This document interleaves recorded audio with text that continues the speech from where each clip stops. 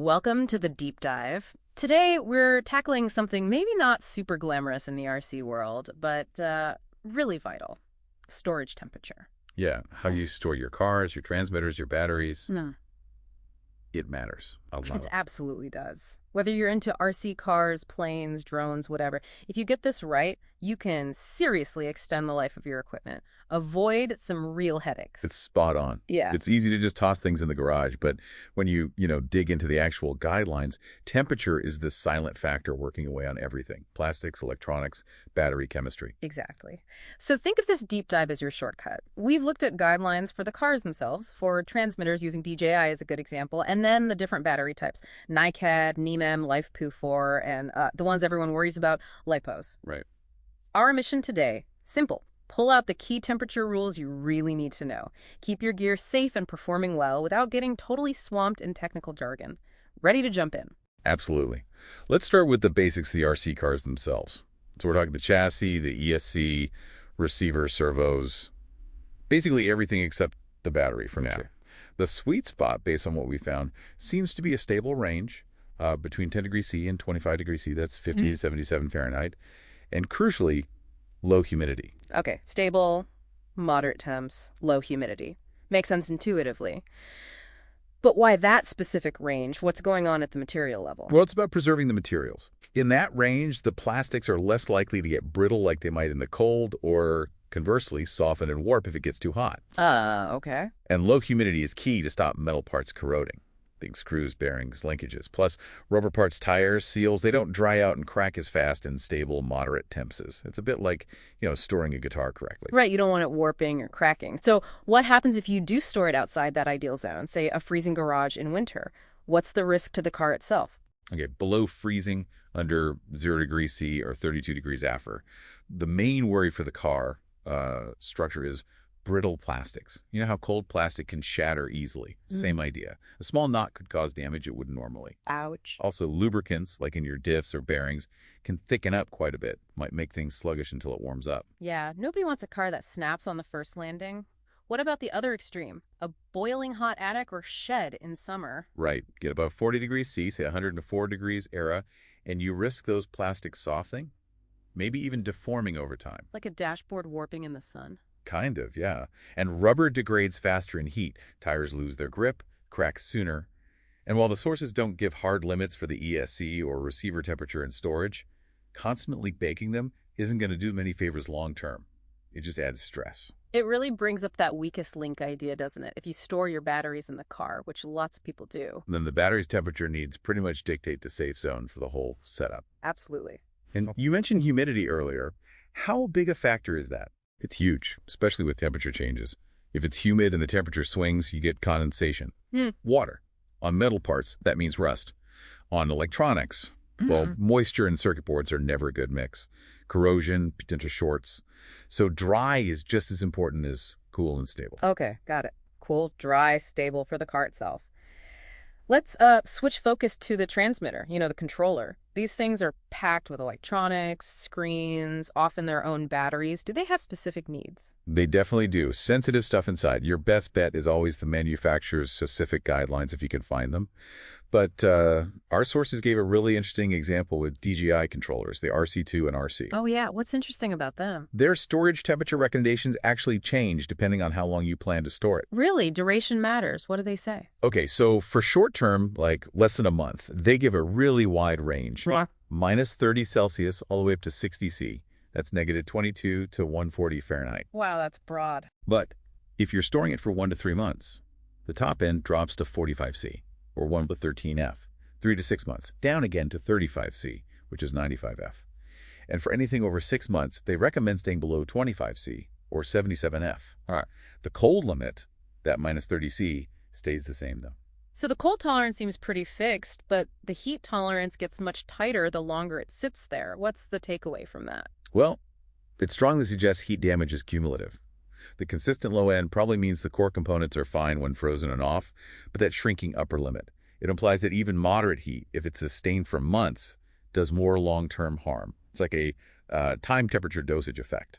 So it's not just avoiding a single super hot day, but avoiding weeks or months of just being pretty warm. Exactly. And the likely reason, the most sensitive part, is probably the internal battery. Most modern transmitters use Li-ion or LiPo. We know heat speeds up their degradation, kills capacity over time. So DJI's guidelines are likely protecting that battery health for longer storage. That makes a lot of sense. So, okay, if someone's got a transmitter, maybe an older one, and they don't have that specific data, what's a safe general rule? Good question. In that case, play it safe. Yeah. Err on the side of caution. Aim for that more conservative long-term range DJI suggests. Maybe target somewhere between minus 20C and 25, maybe 30C max. Keep it cool, keep it stable. Better safe than sorry with expensive electronics. Good call. Yeah. Right, let's power up this discussion and talk batteries. This is where things get really specific, isn't it? Different chemistries, different needs. Definitely. But let's start with some general best practices that apply to pretty much all RC batteries. NiCad, NiM, LiPo, LiPo. Okay, what are the universal rules? First up, cool, dry, well-ventilated location. Avoid big temperature swings and high humidity, always. Second, store them partially charged. Not full, not empty. The ideal level varies. We'll get into that, but partial is the key. And safety, always a big one with batteries. Absolutely critical. Keep them away from flammable stuff, obviously. Yeah. And keep them away from metal objects, keys, tools, whatever, that could accidentally short the terminals. Yeah, don't want that. And specifically for LiPos, always use a LiPo safe bag or a fire-resistant container for storage. It's just essential extra protection. Non-negotiable for LiPos. Got it. Anything else, General? One more thing for long-term storage, say a few months or more. Check on them periodically, maybe every 3 or 4 months. Check the voltage. They self-discharge over time, so you might need to top them up slightly to keep them in their happy zone. Storage isn't totally set and forget. Right, a bit of maintenance needed. Okay, excellent universals. Now let's dive into the chemistries. Starting with the old workhorses. NiCads, nickel cadmium. What's their preferred temperature? NiCads are pretty tough. The recommended range is broad. Yeah. Minus 20C to 45C. That's minus 4F to 113F. But the ideal often cited is cooler, around 10C or 50F. There's a reason for that. NiCads use a water-based electrolyte. If they're near empty and get below freezing, 0C 32F, there's a risk it could actually freeze. So 10T keeps you safely above that. Oh. Plus, cooler temps slow down their self-discharge rate. At room temp, around 20C, they lose maybe 10% charge per month. Cooler slows that down. So cool but not freezing for NiCads. What about storage charge level? You said partial, but how partial? Yeah, there's some slight variation in advice here. Some sources say discharge them down to maybe 0 to 40%. Others suggest around 40 to 50%, so they're a bit more ready to go. The main thing is, don't store them fully charged, and don't store them dead flat for ages. Neither is great for their long-term health. Got it. Avoid the extremes. Okay, next up. Ning-F and nickel metal hydride. How do they compare? Similar needs. Similar, but with a few nuances, especially for long-term storage. Short-term, say less than a year, the range is pretty much the same as NiCad, minus 20C to 45C, metaphor F to 113F.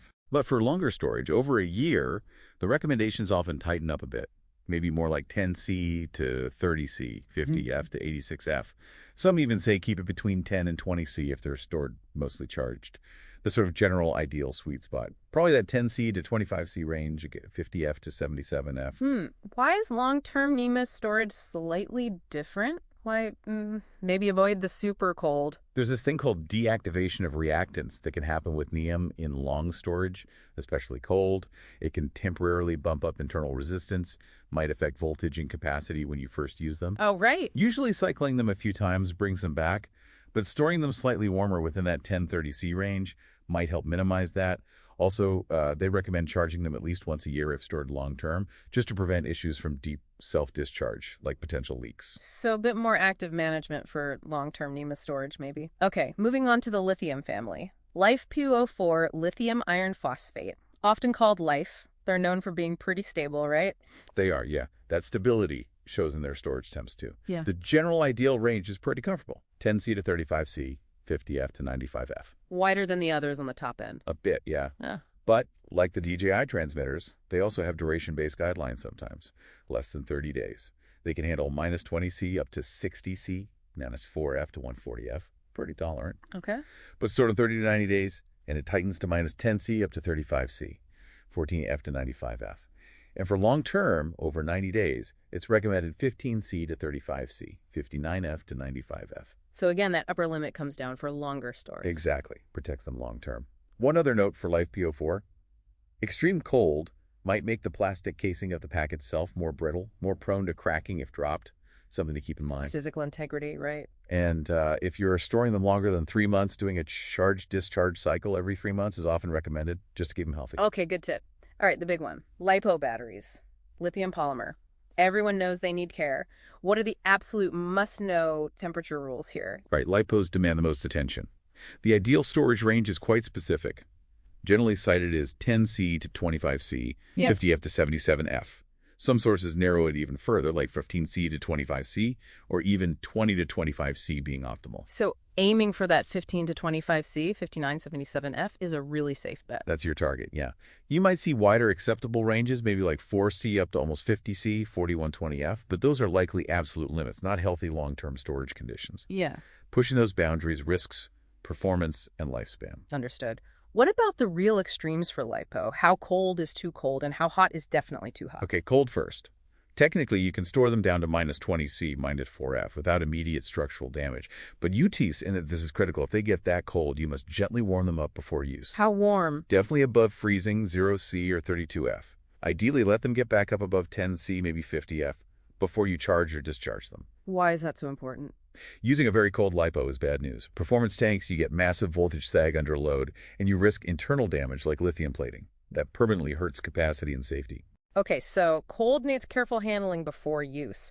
What about heat? That seems to be the bigger safety concern. Absolutely. Heat is the primary danger with LiPos. You should strongly avoid storing them anywhere above 40C, 14F.